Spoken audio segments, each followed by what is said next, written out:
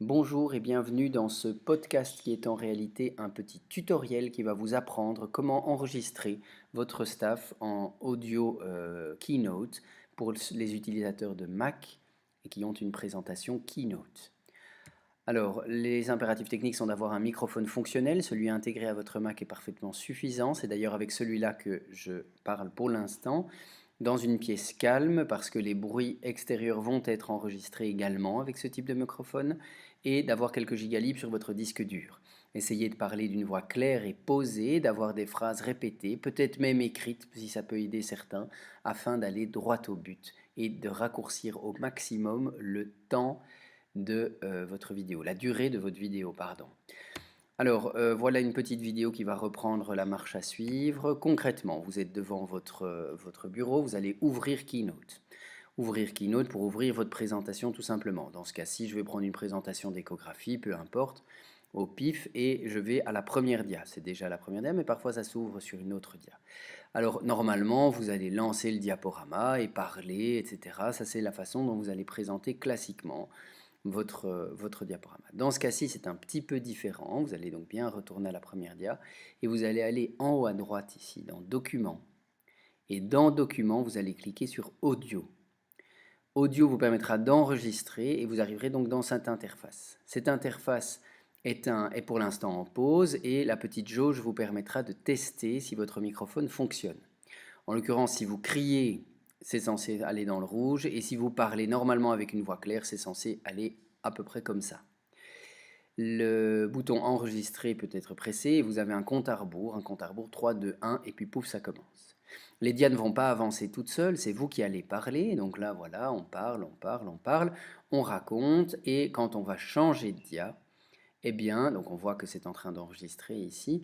Et quand on va changer de dia, eh bien, le programme va calquer votre dia, votre voix sur le changement de dia, ce qui va permettre ensuite d'éditer une vidéo qui ressemblera globalement à vos dias en grand avec votre voix dessus et les dias qui changent au bon moment.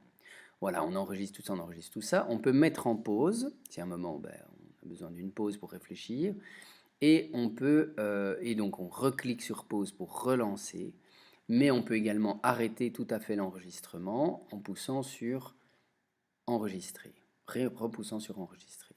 Alors, ce qu'il y a là, c'est que vous allez voir que la barre d'enregistrement, là le bleu c'est ce qui est enregistré, c'est là où il y a du matériel sonore.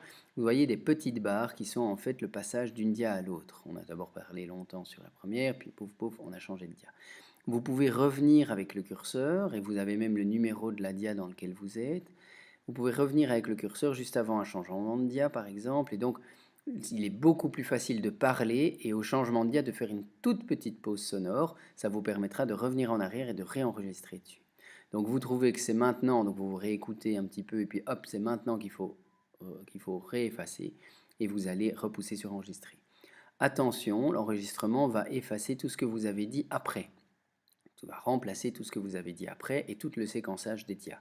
C'est normal. Donc chaque fois que vous vous trompez, arrêtez-vous tout de suite, revenez à l'endroit juste avant où vous êtes trompé et repoussez sur enregistrer et autorisez cet enregistrement. Voilà, vous enregistrez, on avance dans votre présentation.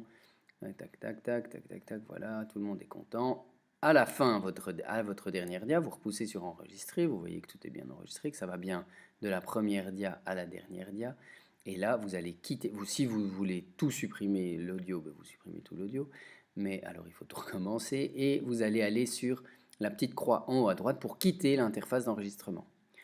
Vous allez donc revenir à votre présentation, mais vous voyez qu'ici, il y a du vert. Alors, je vous montre comment maintenant enregistrer. Une fois que ça c'est enregistré, vous allez aller dans Fichier. Vous êtes content de votre truc. Vous pouvez le réécouter aussi, hein. Si vous lancez le diaporama, vous pouvez le réécouter. Exporter vers vidéo. On clique sur vidéo.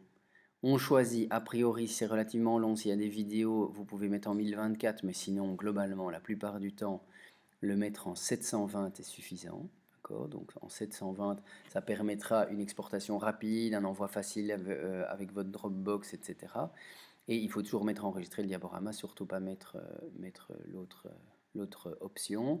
Suivant, vous allez choisir l'endroit. Moi, en l'occurrence, là, pour l'exemple, je vais le mettre sur mon bureau et je vais le nommer choc choc vide, voilà, pour vidéo. Je l'exporte. Voilà, on y va. Voilà.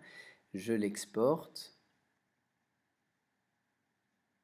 Il crée la vidéo, ça peut prendre un certain temps. Ici, c'est une très courte, mais ça peut prendre un certain temps.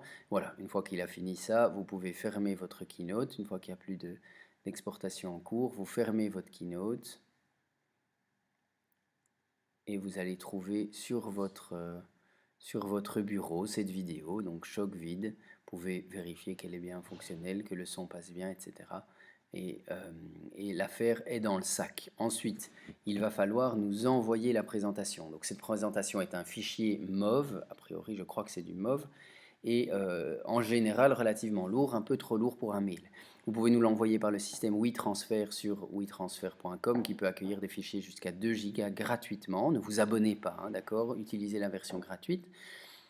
Ou bien vous le mettez sur votre Dropbox et vous nous envoyez le lien, ou sur votre Google Drive et vous nous envoyez le lien, ou sur votre iCloud Drive, vous nous envoyez le lien, ou sur votre Big Data Drive. Enfin, il y a plein de choses. Vous faites comme vous voulez. Et pour ceux qui n'ont pas l'habitude de tout ça, le système WeTransfer sur wetransfer.com est très facile. Vous pouvez également l'amener sinon en clé USB chez Nancy, hein, ça marche aussi, hein, mais bon, voilà, tant qu'à faire. Essayons d'être modernes. Alors, envoyez ce lien aux 3 adresses suivantes: felix.jeandebien@jolimont.be, nancy.batorski@jolimont.be et urgejolimont sans point sans tiret @gmail.com. Alors, pourquoi ces 3 adresses-là? Parce que ça va être beaucoup plus facile pour nous d'exporter tout ça. Envoyez aussi votre présentation PowerPoint associée à ça.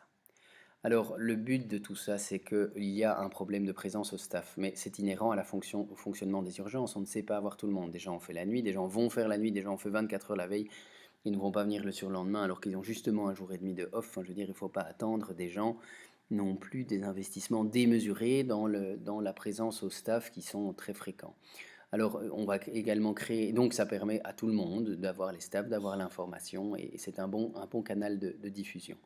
La banque de staff et les forums de discussion par sujet seront donc sur YouTube, et ça c'est pratique, mais tout à fait privé, d'accord, hein, c'est-à-dire que celui qui n'a pas le lien ne pourra pas voir. C'est pas en recherchant Urgence Jolimont ou bien staff sur tel sujet qu'on va pouvoir trouver.